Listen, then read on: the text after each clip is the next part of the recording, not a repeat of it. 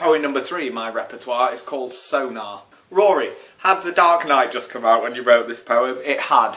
Well done for knowing it. The quote at the top here, I don't want to hurt you though. She was a bit of a dick, and I'll point that out, yeah? When she broke up with me, she did proper break my heart because she did it in such a bad way. Like, I'm going to do something really mean, I don't want to hurt you though. So there's good reason to quote that, because she's a dick. Just a quick point about the layout, yeah? It's written in like lines of 3, and then each one leads on to the next one. So it's sort of like separated into verses for no reason whatsoever. Here we go, Sonar. 16-year-old Rory. I'll go for it. Shit me up. Make me feel so used as always. Oh dear, my dear, you have no idea what I'm talking about, do you? Well, doesn't this just take the biscuit?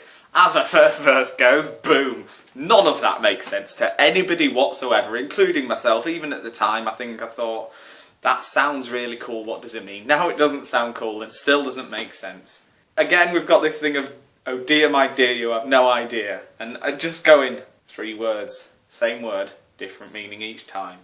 Doesn't this just take the biscuit is a sentence I don't think I've ever heard from anyone other than on TV shows, but again in my poetry I'm like, I'm going to use that word because I've always wanted to use it, I'll use it in my poetry voice. Ha ha!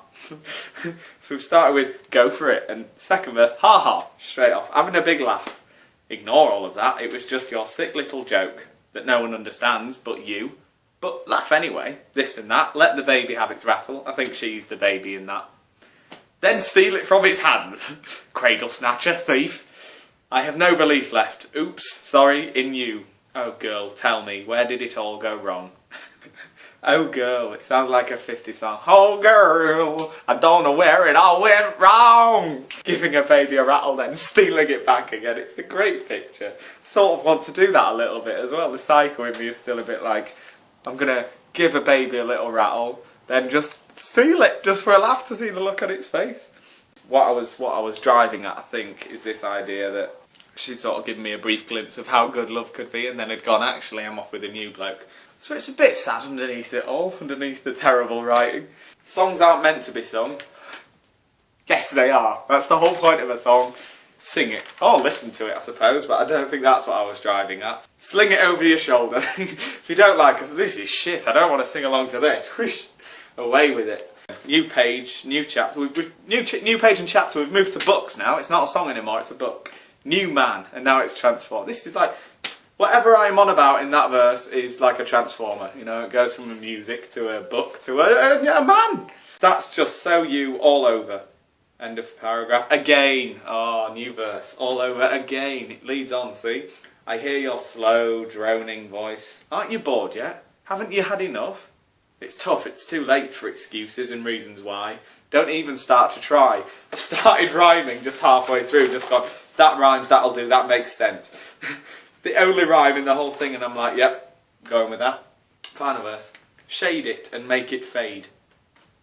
What? Is that contradictory? Is that meant to be like the thing? I wonder if in my head I was like, that doesn't even make sense, but it sounds so poetic. It's just ridiculous what I was thinking when I was writing it back in the day. Shade it and make it fade into the darkness. Girl, bats are still blind, but better in the dark. Funny. I've never seen you without a light on your face. Now, at the time, I remember thinking very clearly, that's an incredible point to make. That bats can't see in the dark, but only go out in the dark, and yet I've never seen her in the dark. What? Was I comparing her to a bat? What was I saying in that? That made no sense, but at the time I was really like, yeah. She always does have a light on her face, like when she's posing for the photos and stuff, there's always a light. She's never in the dark. She's the opposite of a bat. And what? Next week will be my last one, and it's called Promises of Failure, and it's the worst of them all. It's just a really, really bad poem. It's like I was probably getting better at them as I went on, and that one just goes... It's terrible, but brilliant. See you next week.